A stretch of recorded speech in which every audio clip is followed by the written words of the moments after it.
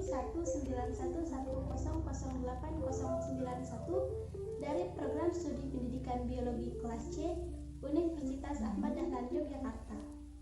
Di video kali ini saya akan menyampaikan mengenai sejarah pendidikan di Indonesia.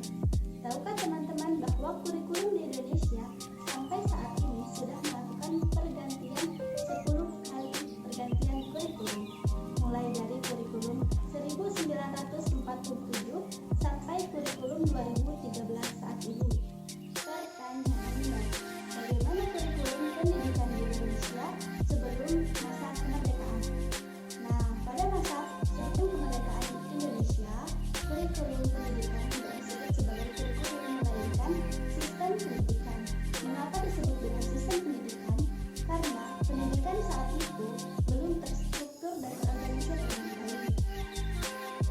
Dan di sini saya akan menjawab sebuah pertanyaan dari kawan-kawan mengenai bagaimana sistem pendidikan di Indonesia sebelum masa kemerdekaan.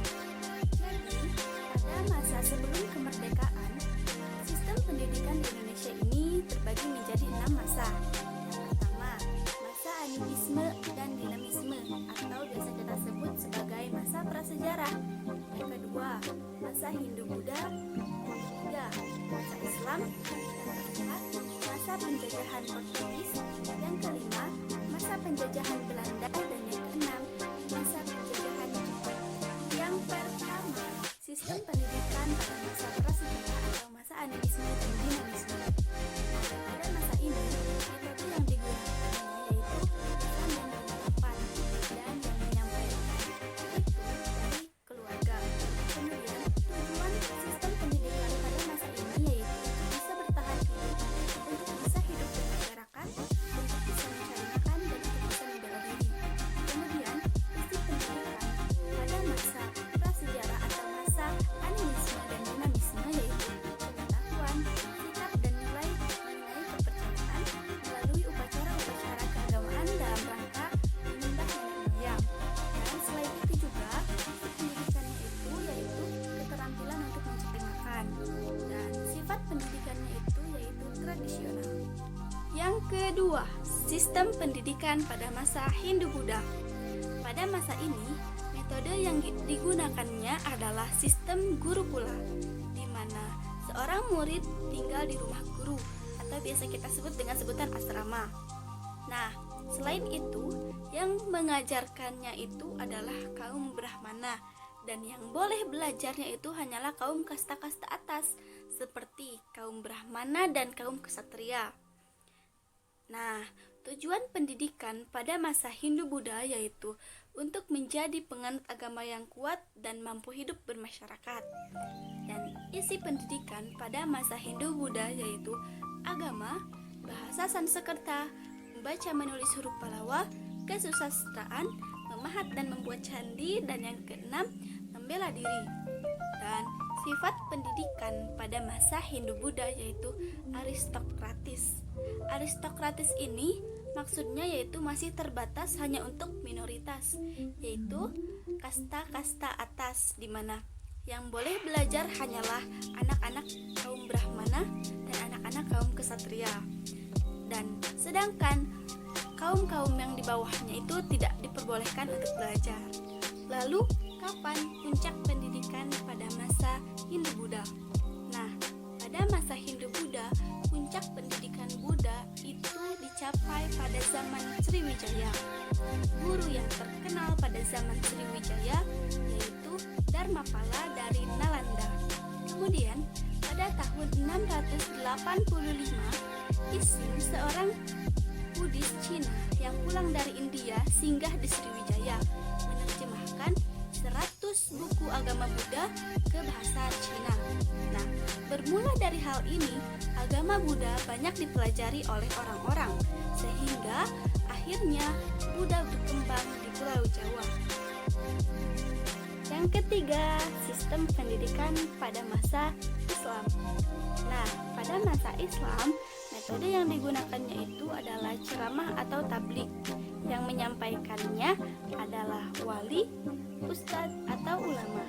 Nah, tujuan pendidikan pada masa Islam yaitu agar menjadi manusia yang bertakwa dan selamat dunia akhirat. Dan isi dari pendidikan pada masa itu adalah tauhid, keimanan, pendidikan agama Islam yang terdiri dari fikih, akhlak, bahasa, tasawuf, dan lain-lain. Dan sifat dari sistem pendidikan pada masa Islam yaitu demokratis. Lalu, bagaimana cara belajar pada masa Islam? Nah, pada masa Islam, cara belajar itu ada dua model. Yang pertama, model sorogan atau model individual, dan yang kedua adalah model klasikal. Untuk yang pertama, model sorogan atau model individual itu dilakukan dengan cara setiap anak santri duduk berhadapan dengan guru ngajinya untuk membaca Al-Quran secara bergantian sesuai dengan kemampuannya masing-masing. Dan model klasikal itu perumpamaannya pada pendidikan akhlak diberikan secara klasikal. Nah, di sini guru bercerita tentang tarikh Nabi, sifat-sifat terpuji ataupun tercela dengan materi para tokoh di zamannya. Lama pembelajaran pada masa Islam itu tidak ditentukan, karena pada masa ini belajar sangat tergantung pada kemampuan, kerajinan, dan kemauan seorang anak. Nah, selain itu, belajar pada masa Islam itu tidak dipungut biaya, dan hal ini berlangsung sampai masuknya kebudayaan Barat ke Indonesia. Yang keempat adalah sistem pendidikan pada masa penjajahan Portugis. Nah, pada masa ini karena sedang maraknya perkembangan perdagangan, maka pada awal abad ke-16 Portugis masuk ke Indonesia kemudian disusul oleh bangsa Spanyol. Nah, Portugis masuk ke Indonesia tidak hanya untuk berdagang, melainkan mereka juga membawa misionaris yang bertugas untuk menyebarkan agama Katolik. Nah, untuk tercapainya misi tersebut, maka bangsa Portugis mendirikan sekolah-sekolah yang menggunakan kurikulum agama Katolik. Selain itu, pada sekolah itu juga ditambah mata pelajaran menulis, membaca, dan berhitung. Namun, pada akhir abad ke-16, habislah kekuasaan Portugis karena sering banyaknya timbul pemberontakan. Ini berarti habis pula riwayat misi Katolik di Maluku. Yang kelima yaitu sistem pendidikan pada masa penjajahan Belanda. Nah, pada masa ini sekolah di Indonesia itu bermacam-macam karena untuk membedakan orang Belanda dan juga kaum pribumi. Nah, jenis-jenis sekolah diantaranya yang pertama itu sekolah Eropa. Sekolah Eropa ini diperuntukkan hanya untuk mereka orang-orang Eropa yang tinggal di Indonesia. Kemudian yang kedua adalah sekolah Bumi Putra. Sekolah Bumi Putra ini hanya diperuntukkan oleh bangsa Indonesia dari keluarga ningrat. Nah, tujuan pendidikan pada masa penjajahan Belanda itu hanya untuk mencetak warga pribumi yang dijadikan pembantu Belanda dalam mengeksploitasi alam Indonesia. Nah, bahasa pengantar pada masa ini yaitu bahasa Belanda. Jadi, pada masa itu, bangsa Indonesia diajarkan bahasa Belanda. Ciri-ciri pendidikan pada masa penjajahan Belanda yaitu adalah minimnya partisipasi bagi bangsa Indonesia. Karena mengapa? Pendidikan pada masa itu hanya diperuntukkan untuk bangsa Belanda dan juga putra golongan priai. Nah, selain itu juga pendidikan di Indonesia hanyalah bertujuan untuk menghasilkan tenaga kerja yang dibayar murah. Nah, namun pada saat itu hadirlah kaum pergerakan pendidikan sebagai sarana perjuangan kemerdekaan Indonesia. Di antaranya adalah pada tahun 1908, Budi Utomo menjelaskan bahwa tujuan perkumpulan adalah untuk kemajuan dan selaras buat negeri dan bangsa. Nah, dalam bidang pendidikan, Budi Utomo mendirikan sekolah sentral di Solo dan di Yogyakarta, yaitu Wik School. Kemudian, pada tahun 1912, Kiai Haji Ahmad Dahlan mendirikan Muhammadiyah. Setelah itu, pada tahun 1915, didirikan Trikora Darmo dan selanjutnya berdiri sebagai perkumpulan pemuda hingga terwujudnya Sumpah Pemuda pada tahun 1928. Nah, pada tahun 1922, Ki Hajar Dewantara mendirikan perguruan Taman Siswa. Selanjutnya yang terakhir, pada tahun 1926, Muhammad Syafi'i mendirikan INS atau Indonesia's Netherlands School. Nah, dari hadirnya pergerakan nasional pada saat itu, melahirkan kesadaran mengenai pentingnya peranan pendidikan nasional dalam mempersiapkan kelahiran negara nasional. Pada saat itu, ciri-ciri pendidikan nasional itu yang pertama adalah bersifat nasionalistik dan sangat anti-kolonialis.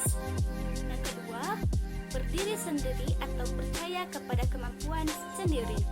Yang ketiga, pengakuan kepada eksistensi perguruan swasta sehingga terwujudnya harga diri yang tinggi dan kebinekaan masyarakat Indonesia. Yang keenam adalah sistem pendidikan pada masa penjajahan Belanda. Nah, pada masa ini, sistem pendidikan itu disebut dengan Hakko Ichio, yakni mengajak bangsa Indonesia bekerja sama dalam rangka mencapai kemakmuran bersama Asia Timur Raya.